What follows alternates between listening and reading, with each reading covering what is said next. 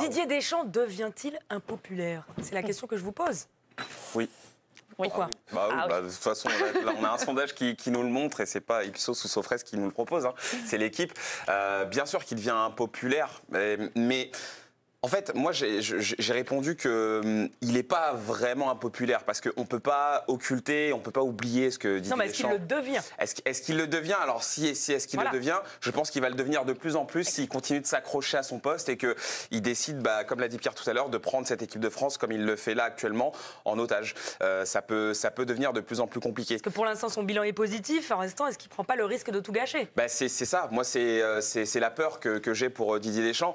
Un homme qu'à l'époque, je parle juste pour moi, mais moi j'étais très content de le voir arriver parce que j'étais persuadé que c'était l'entraîneur parfait pour cette équipe de France à l'époque de 2012 quand l'équipe de France ne ressemblait pas à grand chose.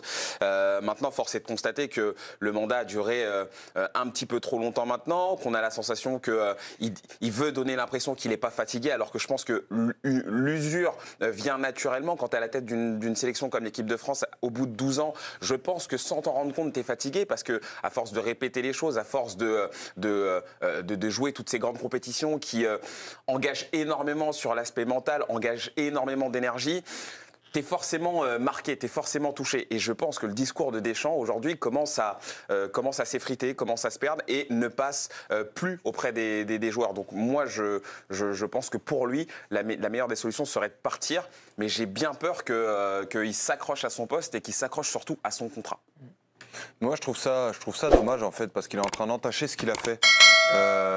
Il est arrivé, faut se rappeler dans quel état était l'équipe de France, et il a réussi à le remettre sur le toit du monde avec son équipe. On était bien contents. Et ouais, non, mais c'était super, franchement. Moi, je m'y attendais pas forcément, et il a ramené l'équipe de France sur le toit du monde. Maintenant, quand on dit qu'il a 12 ans, pendant 12 ans, il a eu un passage qui est positif. Il a un titre, quoi. Moi, j'aime bien quand on me dit... On a fait rentrer dans la tête des gens qu'en fait, être en demi-finale, c'est un palmarès. Et moi, ça me dérange parce que c'est un palmarès au niveau financier, parce que ça fait rentrer des sous dans la caisse, ça, je suis d'accord. Au-delà de ça, il a un titre et il ne faut pas oublier que la Ligue des Nations, c'est le deuxième titre, mais il y avait Benzema et on a vu autre chose, mine de rien. Donc moi, je me dis, il est en train de gâcher ce qu'il a produit. Parce que c'est un entraîneur qui a des vraies idées et ces idées, elles sont très brutes et il est têtu, c'est-à-dire qu'il va mourir avec, il ira jusqu'au bout mais il ne va pas changer d'attitude, ça ne va pas devenir Guardiola du jour au lendemain. Donc voilà, moi ça me dérange, ça me fait de la peine déjà pour lui. Et puis en plus, moi je persiste et je signe sur le fait que tu peux optimiser ce que tu as entre les mains en fait. On n'est pas obligé de se dire Deschamps a fait des choses extraordinaires. Il n'y a personne qui a eu l'opportunité de faire autre chose avec ce qu'on avait entre les mains. Donc moi, il n'y a pas de débat en fait, on ne peut pas débattre. Parce qu'on ne peut pas voir. Ce qui est sûr, c'est qu'il fatigue les gens, qu'on s'ennuie.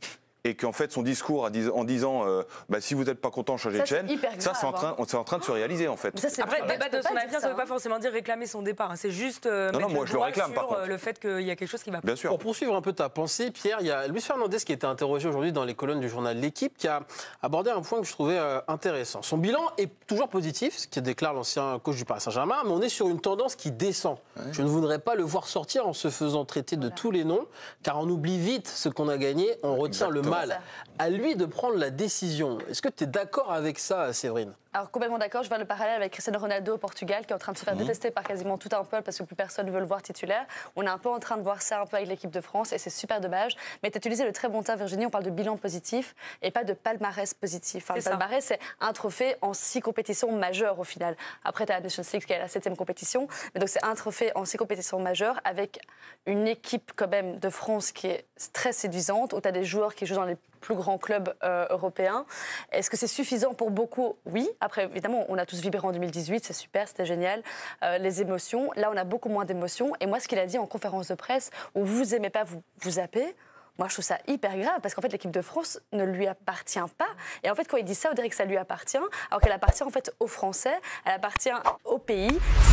C'est du public. C'est là que tu vois, c'est là que tu vois qu'il est un peu déconnecté. Voilà, et c'est là exactement où tu vois que c'est lui en fait. En fait, si ça ne vient pas de lui. si même la remise en question ne revient pas de lui, elle viendra de personne d'autre. Parce que je ne pense pas qu'à la Fédération française de football, enfin j'espère en tout cas qu'il y aura un bilan et qu'on va quand même un petit peu le remettre en question. Oui, mais après, j'espère. on fait d'abord on le conforte, c'est ça. et après on fait l'analyse. J'espère qu'il y aura un vrai et un bon. Pourquoi pas, hein, moi d'habitude je fais les choses dans l'ordre inverse, mais Oui, après pourquoi mais pas. j'espère en tout cas qu'il y en aura un et un bon, mais j'ai même pas l'impression. Il a tellement une main mise sur cette fédération et sur cette équipe de France que tout vient de lui en fait. Donc on l'a bien vu en conférence de presse pendant tout l'Euro, il en a strictement rien à battre en fait de ce qu'on pense, de ce que pensent C'est lui les le autres. président de la Mais oui, FFF, hein. mais on a limite l'impression que c'est ça, c'est un peu le cas.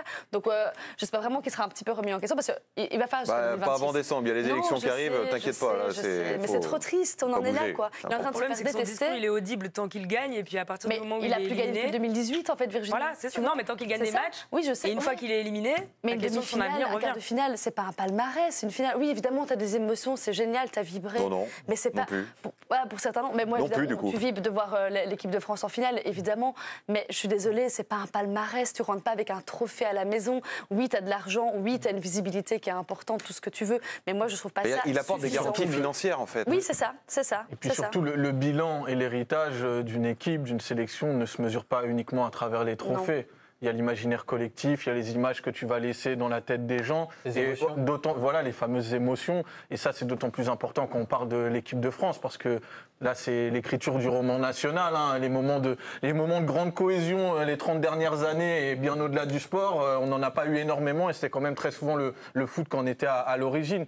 Mais moi, je vais peut-être en étonner certains, parce que je fais partie de ceux qui sont plutôt critiques sur Didier Deschamps. Moi, je suis pas sûr qu'il soit devenu si impopulaire que ça.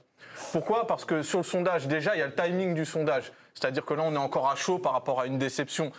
Refaisons le même sondage dans quelques semaines, dans quelques mois. Peut-être qu'avec une déception un peu atténuée, sa cote de popularité sera remontée. Et puis, il y a un autre élément, c'est le public. C'est-à-dire que là, c'est un sondage qui est fait Public par des niches. l'équipe.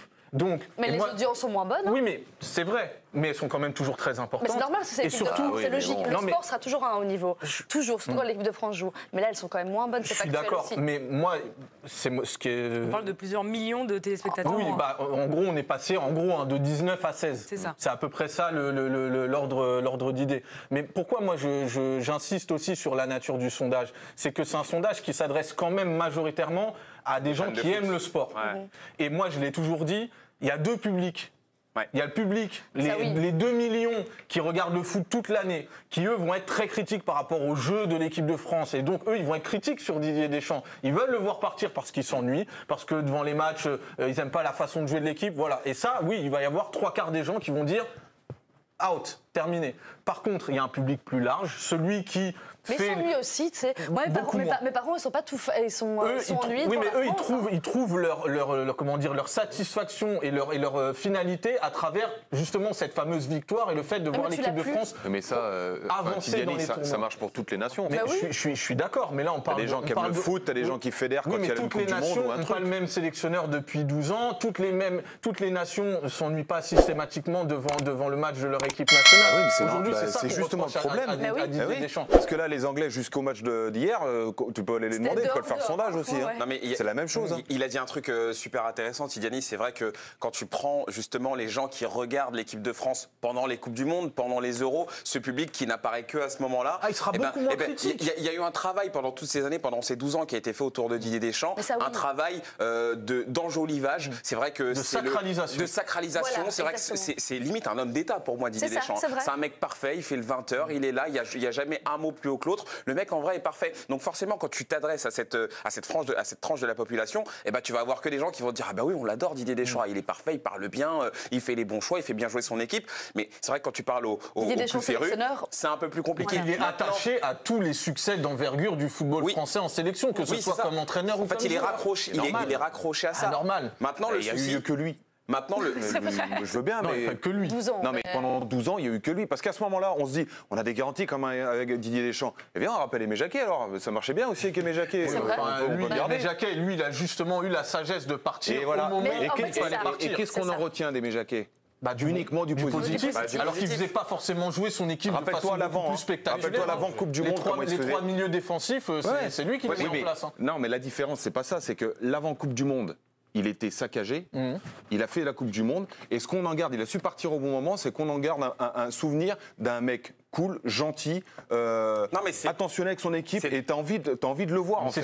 C'est aussi celui qui a décomplexé la France de la loose. Bien sûr. Exactement. Non, mais Aimé Jacquet, c'est devenu une icône en fait. Oui. Quand tu penses à ce mec, tu penses au papy qui t'a fait gagner dans le passé, et puis t'as un respect absolu pour ce gars-là. Moi, c'est ce qui me fait peur pour Didier Deschamps en vrai, Exactement, aujourd'hui. t'as raison. C'est qu'il ternisse son image fait. parce que le mec s'accroche trop, parce que le mec ne veut pas partir. Et je sais que la personne qui était là en 2008 bosse sur cette chaîne, mais moi, je me souviens de ce que le président de l'époque avait dit, et ça, je l'ai tweeté. Il avait dit on va pas se séparer d'un mec qui nous emmène en finale de Coupe du Monde. Il parlait de 2006, mais après le fiasco de 2008, après l'Euro. Et qu'est-ce qui s'est passé derrière? Je pense qu'on s'en souvient tous et je vais Exactement. pas le rappeler et j'ai pas envie d'avoir de problème non plus. Même si- Donc je pense que pour éviter, et je suis pas en train de comparer les deux, mais pour éviter d'en arriver là, d'arriver à une forme de chaos, un truc qui pourrait se passer, faut juste anticiper, et qui gâcherait tout ce que Didier Deschamps a fait, bah, je pense qu'il serait sage et très responsable Et même- de se dire Et sur- Il y a un c'est le changement moment de de partir. génération, il y a Et un même changement de dans sa- génération, il y a tout qui est en train de se mettre en place pour que ça se fasse bien, en fait. Et dans sa communication, il est très différent. Hein. Franchement, Il est énervé tout Il le est temps. nerveux, il est Voilà, nerveux. c'est ça. Et Il est ça, sous on tension en n'avait ce jamais moment. vu ça auparavant, en fait, tout simplement.